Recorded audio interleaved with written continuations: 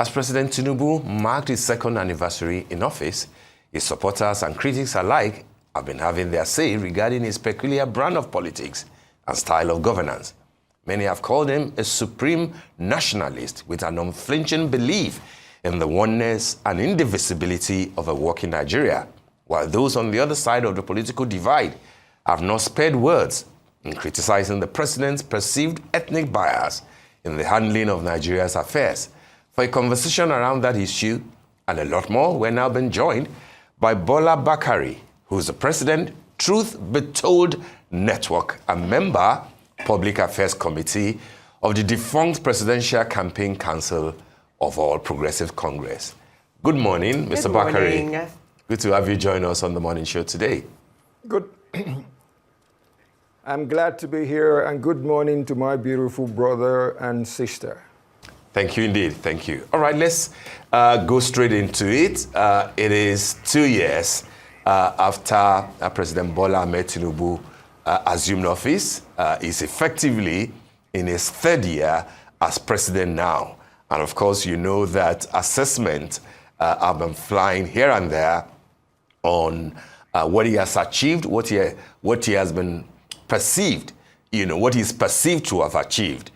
Just a few minutes ago, I'm sure that you will have encountered him in our Abuja studio there. We had Mr. Eze Onyekpere, who submitted that most Nigerians have not felt the effect of the president's reforms, and that it doesn't look like the country is going in the right direction. You are the president of Truth Be Told Network. Tell us the truth as you understand it. Where are we headed, and what's your candid assessment of the president's 2 years in office? Truth be told. Thank you very much, and another big thank you for you to say one thing, that truth be told. Let's hear some truth this morning. And again, against the backdrop of my brother that just left the studio, let me start from there first, because you ran and need friends along that line. Eze. All I have been able to gather from my personal research, from collective research, is one thing that my brother Eze doubled on. When you threw it at him about the element of the report on Financial Times, and the report says one thing that is simple, which he quoted, that this administration has made it easy for investors to bring in their money and repatriate their money. My brother, in simple terms, what is business? Simple. Put my money in business, be able to make my profit, be able to repatriate my money. That is simple. Unfortunately, as human beings, we have our own perspective, our different opinions, and then you are allowed to come up with your own perspective and opinion. And that is what I'll look at in the situation we have on ground. He also ran inferences. And I will say one thing. I don't subscribe to social media that much, but I go through social media. But what I do, in essence, is I am proud of people that can come out and say it, come up with their opinions, and listen to them. The same way I've listened to Eze, I have listened to some other young people, because I believe they call my type old school. Let's listen to them. Let's see how sharp they are. And over time, I have listened to a few guys, I'll mention maybe their first name, and they were on one of the big four television stations. And one of the things everybody is saying, which Eze too said without him knowing it, is the fact that a lot of things are happening. But the last word is, it is not enough. I agree, I concur to that. I really concur to that. We are quoting in terms of our stabilization, forex stabilization. All of them agree that, yes, something is happening, but it is not enough. We're talking in terms of security. Something is happening, but it is not enough. For everything, you look at the whole 8-point agenda of the Renewed Hope agenda, which starts from economy, security. We're talking in terms of Greek. We're talking in terms of natural resources for sustainable growth. We're talking in terms of infrastructure, which he made a mention of. We're talking in terms of education and health, which you mentioned. And we're talking in terms of industrialization and good governance. Within the time frame that we have, I am sure we can go through all this. But let me start by going to the head, which is PBAT. Allow me to use that acronym PBAT, which means President Bola Ahmed Tinubu, so that I can save my seconds. The idea is this. We have a president in place. And for God's sake, from a personal perspective and the perspective of those I have listened to, and the perspective of the average Nigerian, there is one thing we say in Yoruba, if you're on the racetrack and it is on your marks, set, and we've been on your marks, set for the past 20 years. He ran an inference. My brother ran an inference to his person. He was in school in the 80s, in university in the 80s, and he alluded to the fact that house fuel subsidy should be a thing of the past. That is 30 years back. That is my inference that I am running. We've been on your marks, set. But the funny thing is, and the great thing is, that makes me a happy Nigerian is, PBAT came and said it on day one. If you say what you mean on day one, it's just like a relationship between a man and a woman. The moment you tell a girl, I will marry you, her countenance will change. She will start believing that we are in this together. Our president said that on the first day. And that is a man that was ready to go. Everybody, presidential aspirants, they all come up with it. Yes, I am in support of this. I'm in support of that. Now that it happened, everybody is saying, no, you didn't go through this, you didn't go through that. How do you get anything done without a commitment? That's why I use the analogy of a man proposing to a woman. If you tell a woman, I'm going to marry you, she believes you more. And then you can work in the collective. And that is the situation we're seeing on hand. And honestly, like the saying goes, uneasy lies the head that wears the crown. At times I pity my Mr. President. I want us to do one thing this morning in terms of, let's categorize Nigerians a little bit. I will say we have the upper third, the middle third, and the lower third. Honestly, let's say the lower third are my everyday people, and they comprise of between 60 and 70%, if not more, of the population. I want us to address them some more.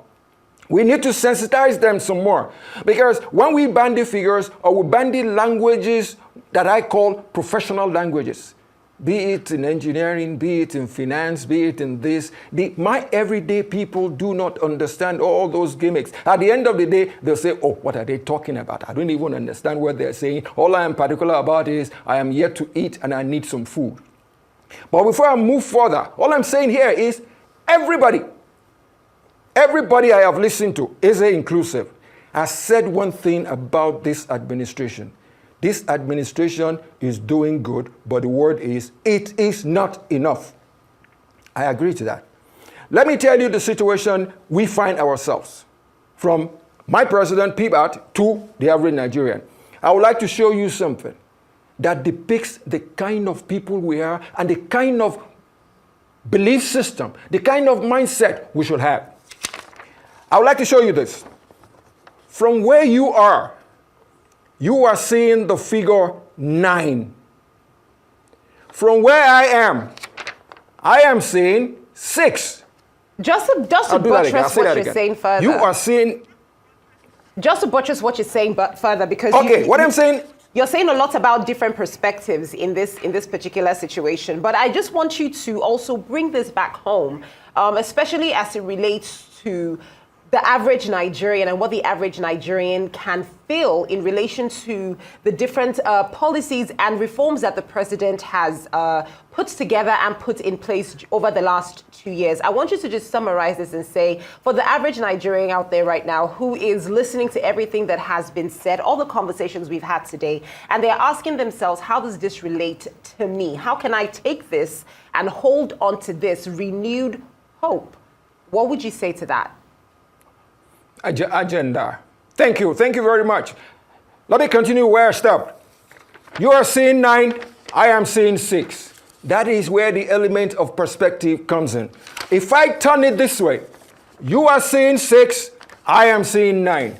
That is the dilemma of PBAT, my president as we speak. My president is trying to make my people, my everyday people, understand what is going on. If you are seeing 9 and I am seeing 6, both of us are right. But the thing is, I have to convince you that while you are seeing 9, you are right. While I am seeing 6, I am right. It is my duty to now educate you, to show you that it is a matter of perspective. Mr. How you Bakare. look at it. It is a matter of perspective. And that is why, my dear, I'll go to what you're saying now. Yes, the because I think perspective of Mr. you're President explaining, to my everyday people. for the president. You are explaining for the president. And I think the president has done a fantastic job in making us understand what our current realities are. But I'm saying that explanation, can you focus more on that?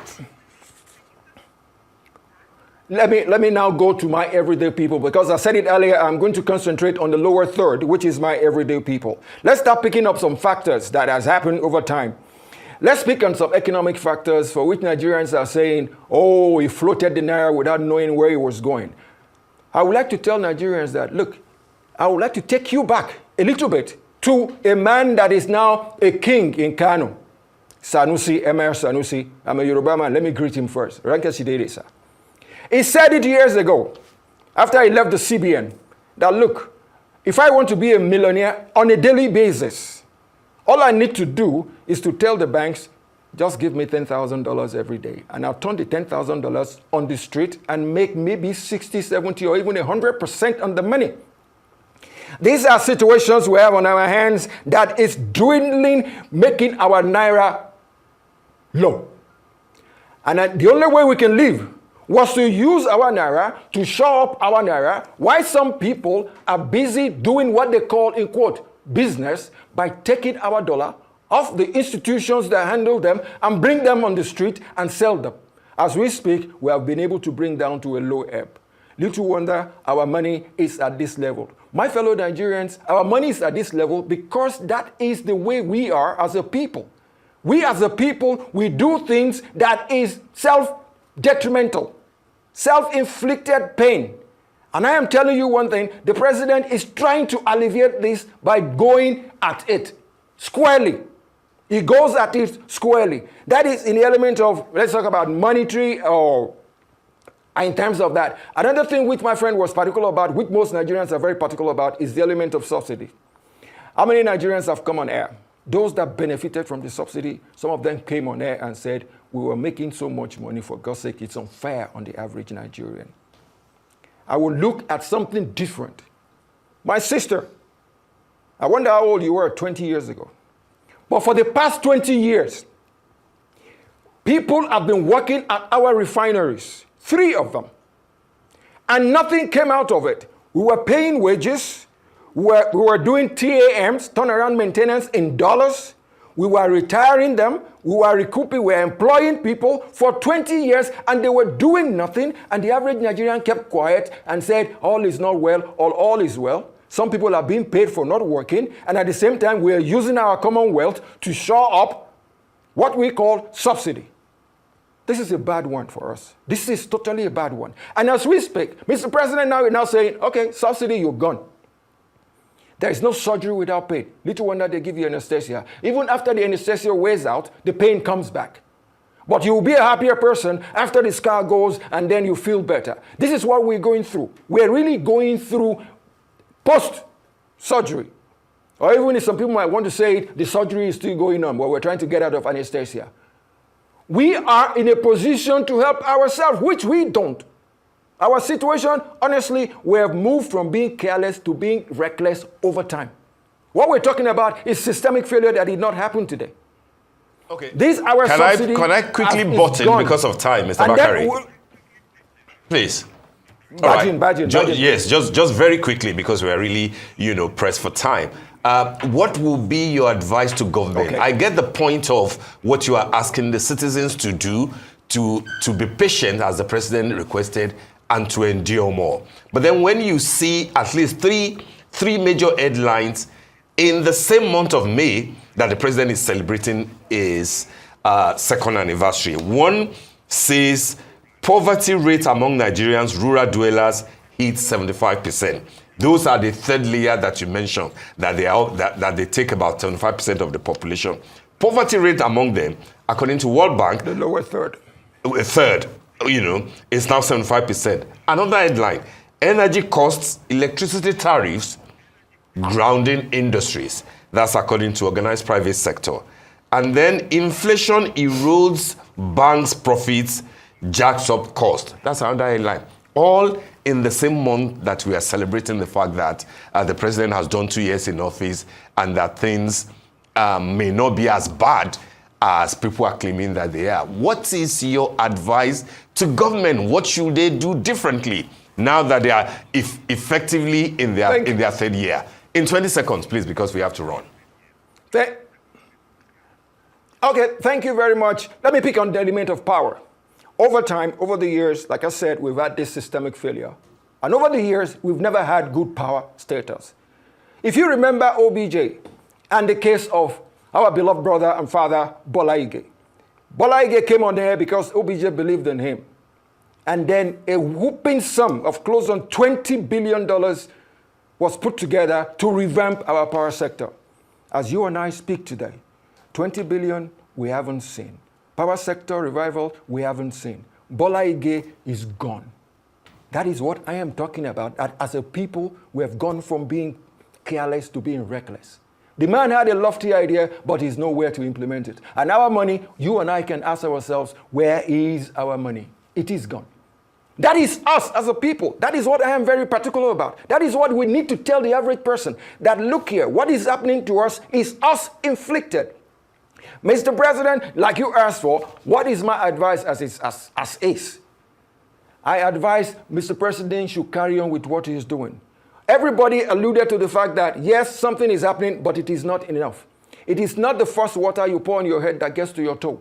We need to relax a little bit. The water is being poured on the head. Gradually, it will get to our toes. And when people are talking about what have they done, for God's sake, if you are a father that has a child in university and somebody is paying for your tuition, for God's sake, you will break dance. And what happens afterwards? Some are saying, okay, what happens afterwards? For God's sake, when you get to that hotel, you jump it. Your child is educated. Unfortunately, these days, our kids go to school with the mentality to come out and get employed. Mr. Bakare, it's interesting. I listen to you, and it's interesting, that you say that the issues that Nigerians are dealing with are people inflicted. And, when we get to that bridge, we cross it. But how many bridges have we gotten to, and how well have we crossed these bridges? I want to just say thank you for your time and for your explanations, towards President Bola Tinubu's, presidency over the last 2 years, midterm assessment as well of these issues, and the point you've made very clearly, we can do better.